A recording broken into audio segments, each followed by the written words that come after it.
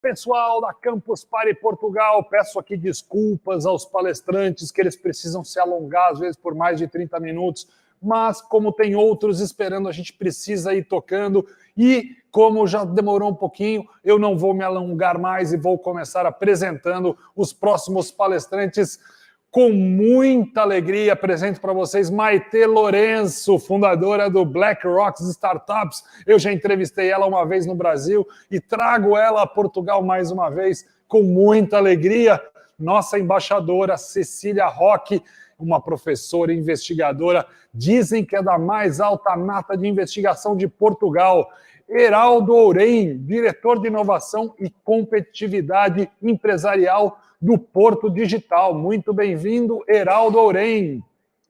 E Lídia Caldana, Global Brand Strategies, Trend Forecast and Consumer Insight Analyst. Olha, um cargo longo assim, quase derruba o apresentador. Vamos para os 4 palcos.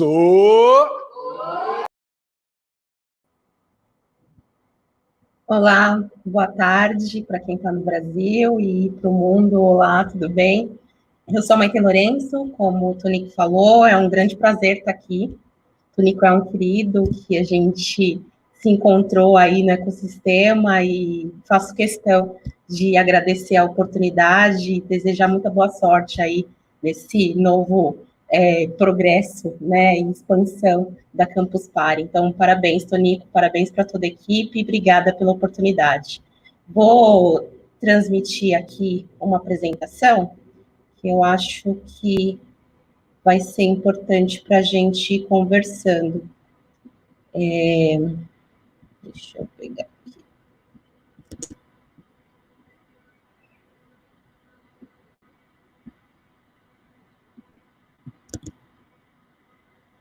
Vocês conseguem ver? Eu não estou vendo, mas eu vou falar um pouquinho.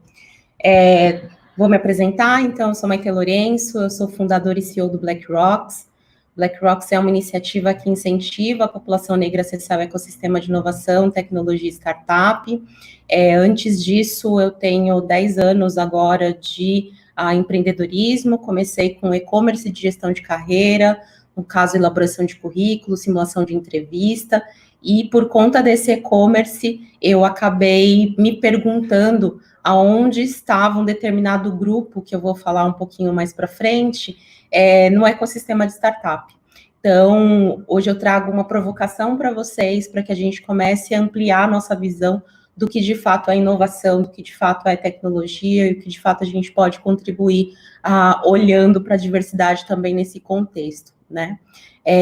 Nessa trajetória de ter o e-commerce de gestão de carreira, eu precisava automatizar, estava muito cansada de fazer sempre a coisa muito manualmente, queria muito automatizar o processo, e acabei aí buscando no ecossistema de startup algo que pudesse me auxiliar nesse sentido, da automatização do processo.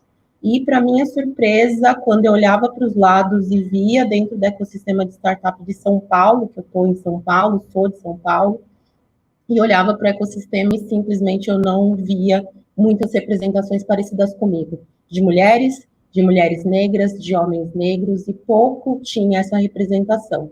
Num certo processo, tudo bem, acontece, pode ser que a gente não tenha isso aqui, né? Às vezes as pessoas estão em outros lugares, mas quando a gente olha para alguns dados, e aí eu trago algumas informações, a população negra empreendedora equivale a mais de 11 milhões de empreendedores negros.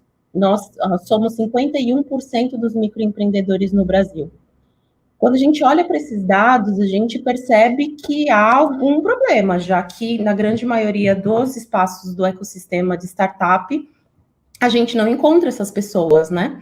Então, 51% dos microempreendedores se declaram como pretos e pardos no Brasil.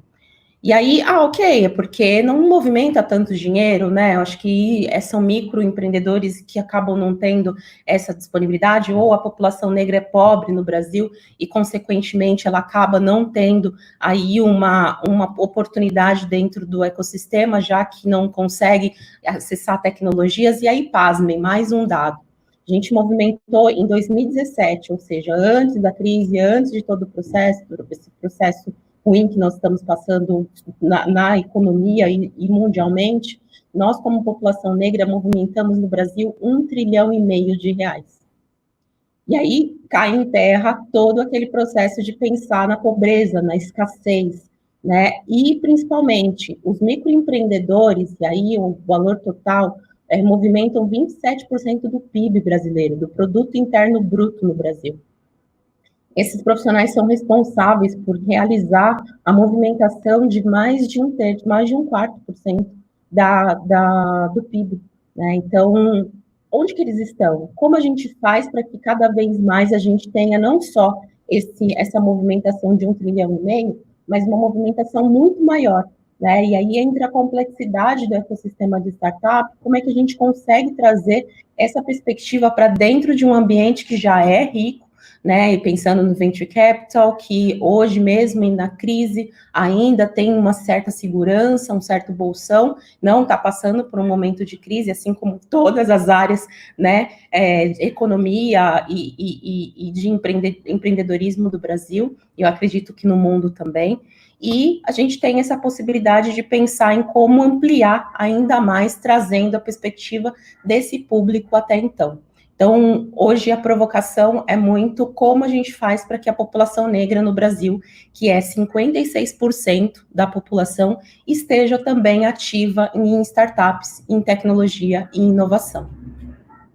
E aí, eu acho que é importante a gente pensar o porquê, né? Por que a gente pode imaginar esse processo acontecendo distribuído em vários eixos? Deixa eu só garantir que eu tô sendo ouvida por vocês, acho que sim, ok. E aí, só trazendo um gráfico que eu acho muito interessante, quando a gente pensa em inovação, a gente tem várias esferas dessa inovação, né? Então, a gente tem a inovação vista através da perspectiva de negócios, a gente tem a inovação vista através da perspectiva de tecnologias, e a gente tem a inovação vista através das pessoas. Se eu tenho uma população de 56%, como essa população não está inserida dentro dessa esfera que eu considero como inovação? Ou seja, que inovação é essa que eu estou construindo e que acaba sendo literalmente precária? Porque aí eu tenho só 42%, né, 44% da população, nem isso, né? Isso, mais ou menos, 44% da população que está aqui pensando em inovação e gerenciando e trazendo todo esse processo. Ou seja, eu não tenho uma possibilidade de inovar em produtos e serviços, ou a minha inovação nos meus produtos e serviços, ela se torna uma inovação para um único grupo, já que esse grupo está sendo representado ali e o outro não está sendo, eu acabo não tendo processos de inovadores que fazem com que cada vez mais eu consiga alcançar esse sucesso, que é essa tríade aqui, né, entre pessoas, negócios e tecnologia, e, obviamente, a experiência inovadora, ela fica pequena, já que eu não tenho essa possibilidade de trazer até então essa inovação como um completo bolsão de atividades, um completo eixo aonde que eu tenho várias pessoas e várias formas de pensar unidas ali naquele momento. E aí é onde que entra a minha ideia. Então, até então eu era empreendedora, pensando em elaboração de currículo, pelo fato de ser psicóloga também, e quando eu olhei para os lados e eu vi que não tinham pessoas negras nesse local, eu falei, opa, eu acho que eu entendo que isso é uma oportunidade. Uma oportunidade porque é um público que ninguém está vendo, é um público que é extremamente inovador, porque são 500 anos aí, eu acho que a história de Portugal está aí para confirmar um país como Portugal tão rico, que sim, foi o Brasil acabou se tornando colônia, ou seja, as riquezas do Brasil chegaram até Portugal, Portugal se beneficiou com as riquezas do Brasil, então assim, nós desde muito antes, nós somos extremamente criativos, extremamente inovadores, e trouxemos isso para o dia a dia de hoje. Então, pensar a população negra hoje, depois de 500 anos de colonização, e aí trazendo essa perspectiva de ser maioria da população, obviamente tem um componente de inovação, um componente de adaptabilidade, de resiliência, de possibilidade de visão de negócios, porque a gente acaba sendo 51% dos microempreendedores, como eu já havia falado. E olhar para todos esses dados me intrigou muito, porque eu falei, bom, eu posso ter a oportunidade de gerar impacto, e gerar um impacto positivo, e não só impacto social, que eu acho que é muito importante aqui, mas sim pensando no desenvolvimento econômico, de trazer cada vez mais cabeças inovadoras, que não estão sendo vistas, não estão privilegiadas dentro desse processo, e que podem sim ocupar espaços que vão fazer a diferença e que podem agregar valor para a sociedade como um todo. E aí que surge o Black Rocks. Então, em 2016, eu criei o Black Rocks, que é uma iniciativa, né, uma aceleradora de negócios hoje. A gente vem desenvolvendo ações voltadas para investimento também e traz uma perspectiva de capacitação também para o público.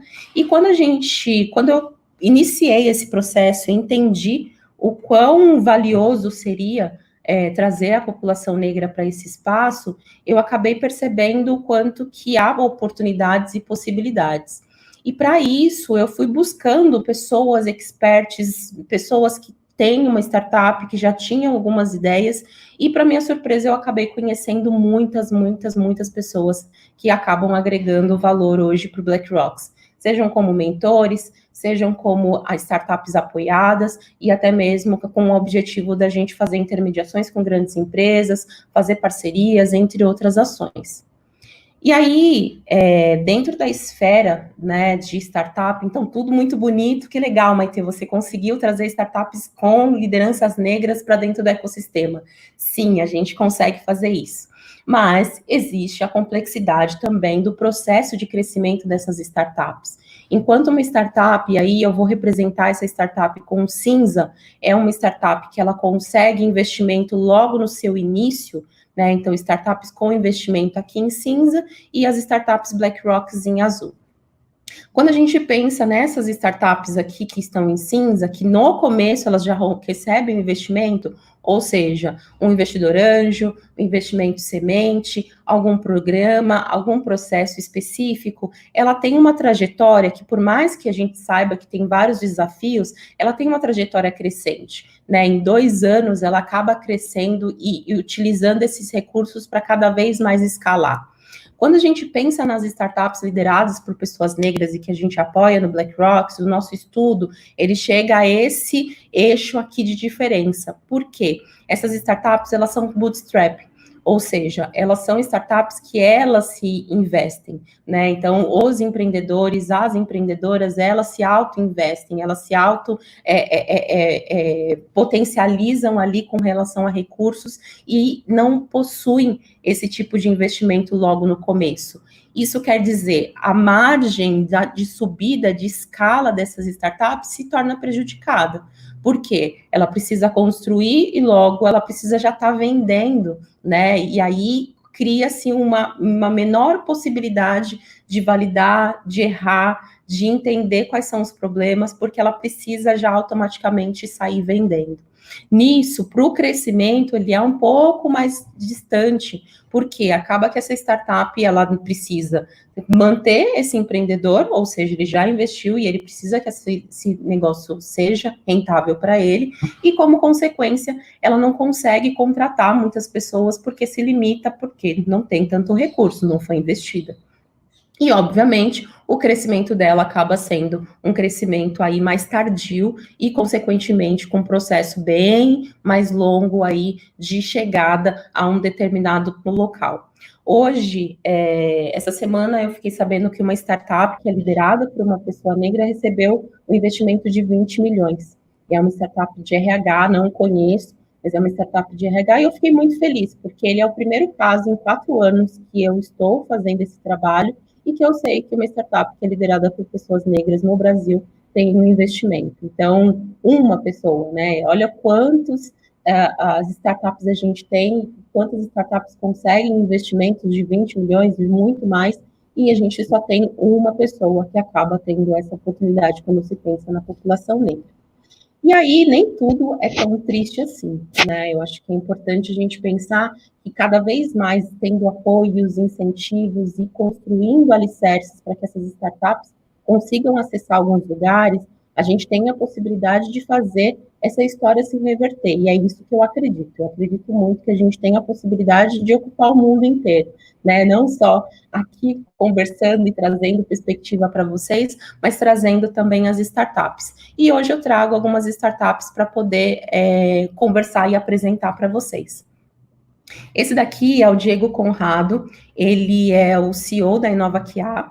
InovaQA é uma startup que faz análise de bugs, então ela faz toda a parte de qualidade de software. Hoje, a qualidade de software, na grande maioria, são analistas de qualidade que fazem todo o aspecto de estudo e análise, de entendimento dos erros que acontecem nos softwares, né?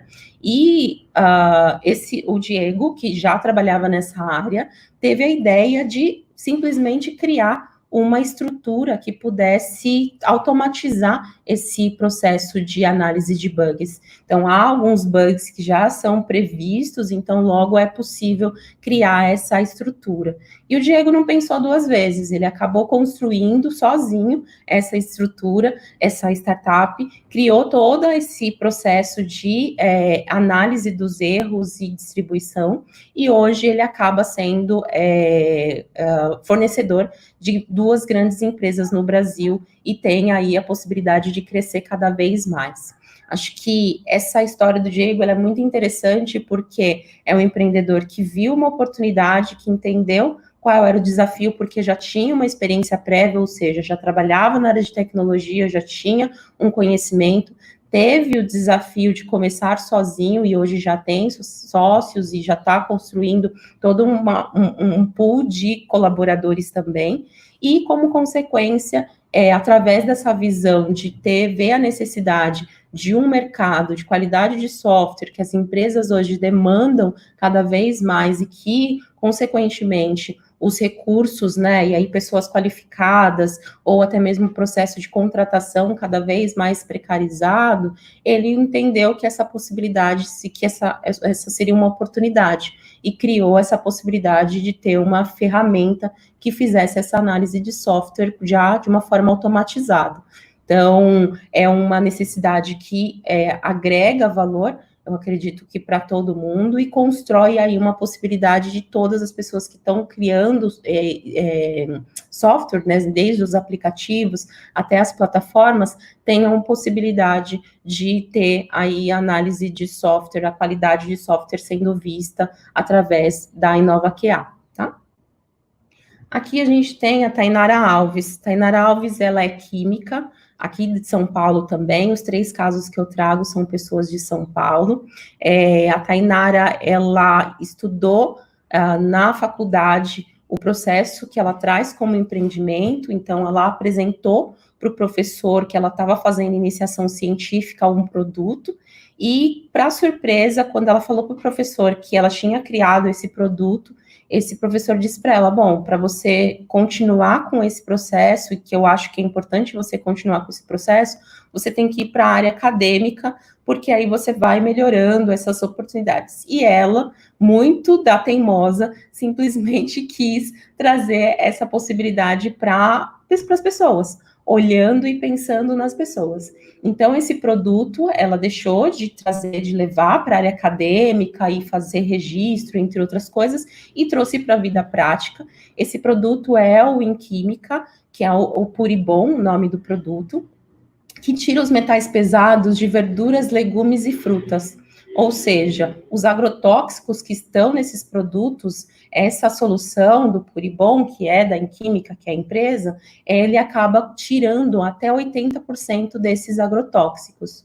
No momento que a gente está hoje trazendo desafio cada vez mais da perspectiva de comer com qualidade, imagina se esse produto fica fechado dentro da universidade e a gente não tem a possibilidade, por exemplo, de usufruir disso. Então, hoje ela vende esse produto para agricultores. Esses agricultores já tiram, né, dali da fazenda, da região onde que eles plantam, já tiram os produtos sem os agrotóxicos, ou seja, chegam até as pessoas sem 80% dos agrotóxicos que podem constar ali na terra, nos produtos que são utilizados para qualificar e para poder produzir esses alimentos. Acho muito válido e importante a gente também valorizar aqui que é uma mulher, né, e é uma mulher negra que traz essa perspectiva, essa audácia de sair do campo acadêmico e vir para o empreendedorismo trazendo essa inovação, né, pensando num projeto, um processo que é super simples de ser feito, em grande quantidade, consegue se fazer muito, grande quantidade em pouco espaço, ou com poucos produtos, então isso também coloca ela dentro de um espaço de escalabilidade e traz uma perspectiva aí de qualidade de vida, de impacto social, entre outras coisas que a gente pode agregar, aí pensando nos ODS, por exemplo, né? E o Cairê Moreira. O Cairê Moreira, ele tem a Gênesis. Gênesis é uma startup que desenvolve um processo da indústria 4.0 para moda. Então, hoje é mais fácil de explicar o que ele está construindo, porque a gente tem uma determinada necessidade hoje, né? Hoje a gente não consegue mais provar roupas, né? Devido à pandemia, a gente está em quarentena, então, como consequência, a gente não vai até a loja, não pode ir até as lojas. Na grande maioria, as lojas estão fechadas aqui no Brasil, especificamente em São Paulo. Tem algumas lojas que estão abertas, mas ainda com a restrição de provar roupas. Então, a gente não pode provar as roupas. E nisso, como a gente faz? Né, com o processo de tentar comprar alguma vestimenta, algum produto que eu precise saber se ele vai caber no meu corpo. E aí, Cairê utilizou o games e utilizou a realidade virtual, né, para poder trazer essa perspectiva para dentro da moda. Então, a Gênesis hoje é uma startup que desenvolve todo um processo de tanto da construção e alinhamento, da customização de roupas, até a entrega dessas roupas. O processo é se tornar todo na indústria 4.0. Explicando com mais detalhes, ele tem um sistema que escaneia o corpo, então você consegue ter todas as medidas do corpo da pessoa, o seu próprio, ou até mesmo de uma pessoa que você deseja saber, ou de milhares de pessoas, e você consegue ali customizar a roupa, consegue customizar acessórios, entre outras atividades ali com essa aplicação. É interessante pensar, como eu disse, né, hoje fica muito mais fácil da gente entender, porque há 2 anos, que é quando ele iniciou esse processo, até então ficava, mas como a gente vai fazer isso? As pessoas querem realmente provar as roupas, né? As pessoas querem sentir qual é o prazer, né, o tecido e tudo mais. E hoje a gente já tem essa dificuldade, essa limitação, então há necessidade sim de se pensar nesse processo. Então, a Gênesis traz um processo de realidade aumentada, onde você é transferido, né, escaneado e transferido para um sistema, e lá ele consegue personalizar e customizar toda a sua vestimenta.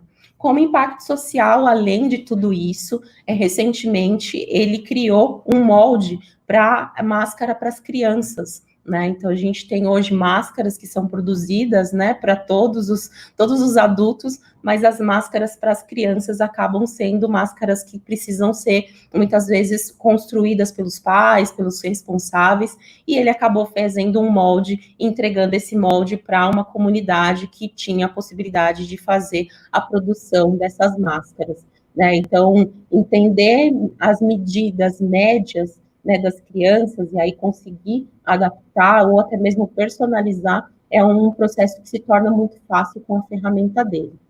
Eu tenho muito orgulho, sabe, de ter contato com essas cabeças pensantes e que estão construindo essas possibilidades, porque traz para mim uma visão que é possível a gente tanto agregar inovações, trazer uma perspectiva muito grande de como pensar em processos que sejam disruptivos e, principalmente, trazer o impacto social em conjunto com ele, né? Pensar nesses jovens pretos periféricos, nessas jovens pretas periféricas e na população negra em geral no Brasil, é entender que a gente também está fazendo um trabalho de impacto social só de dar oportunidades desses profissionais realizarem as suas ações, né? E diferente um pouco da estima, né, que a gente entende no Brasil, que é de que a população negra é muito pobre, de que a população negra não consegue desenvolver algumas ações, eu venho justamente percebendo, entendendo o quanto que esse desafio está sendo quebrado, né, que a inovação e a tecnologia, ela é um hábito que é possível se construir, e é possível se construir com baixos custos, né, e aí é interessante imaginar também nesse processo que a educação, ela é primordial para essa atividade, né, então, agora, por conta da pandemia, eu acabei entendendo que é necessário não só se pensar em apoiar esses negócios, mas também promover educação a partir dali e para eles. E aí, acho que a gente já tem um trabalho, então, com eventos e ações. Essa foto aqui é da Campus Party de 2018. A gente ocupou um palco de startup e makers em São Paulo, foi muito bacana. Foi a primeira oportunidade que a gente teve de ocupar o palco, de fazer um painel especificamente do BlackRock, isso foi muito relevante. E pensando no processo de educação, agora, diante desse momento que nós estamos de pandemia, não há por que não pensar em transformação digital e trazer uma perspectiva de educação para profissionais e empreendedores. E aí é onde que existe hoje o Arena BlackRock, que vai começar na segunda-feira, que é um festival de inovação e tecnologia, trazendo justamente essa perspectiva de ampliar o repertório. Então, a gente traz trilhas, as trilhas são inovação, inovação que traz marketing, designer, agile, a trilha de negócios digitais, que aí traz toda uma perspectiva desde a parte jurídica, administrativa, de próprios negócios, de startups, de negócios que precisam fazer a transformação digital, e tecnologia, que traz não só o processo de programação, mas também como a gente utiliza a tecnologia para o nosso dia a dia. E eu acho que é interessante pensar que a gente está com esse festival. Esse festival está acontecendo pela segunda vez. O primeiro foi em 2017, foi presencial. Dessa vez a gente chega online com mais de 2.000 inscrições e imaginar que a gente tem a possibilidade de levar um conteúdo de qualidade, um conteúdo trazido principalmente por pessoas fora do eixo das regiões que são mais comuns e são mais investidas no Brasil. Então, a gente saiu do eixo São Paulo, Rio de Janeiro e ampliou para o Brasil inteiro. Hoje a gente tem mais de 90 palestrantes do Brasil todo, então desde o norte do país, Amazônia, Manaus, Rondônia, até o sul do país, Florianópolis, Rio Grande do Sul, trazendo justamente essa possibilidade de pluralidade dos nossos conhecimentos, né? Poder ofertar para as pessoas um conhecimento diverso, um conhecimento múltiplo, um conhecimento plural dentro dessa perspectiva. E, para nossa felicidade, esse festival, ele não só traz a perspectiva de ter maioria de palestrantes negros, mas também a gente traz a perspectiva de levar intérpretes de Libras, da gente trazer pessoas de fora desse eixo que o São Paulo, e também, mais do que nunca, poder agregar valor para cada vez mais pessoas no Brasil. Dessa forma, eu encerro a minha palestra, eu fico à disposição para o que vocês precisarem. Eu acho que eu tenho um minutinho, não sei se tem perguntas, eu vou ver o que aqui eu só consigo ver minha tela, então eu quero muito interagir com vocês e deixo meus contatos aqui à disposição.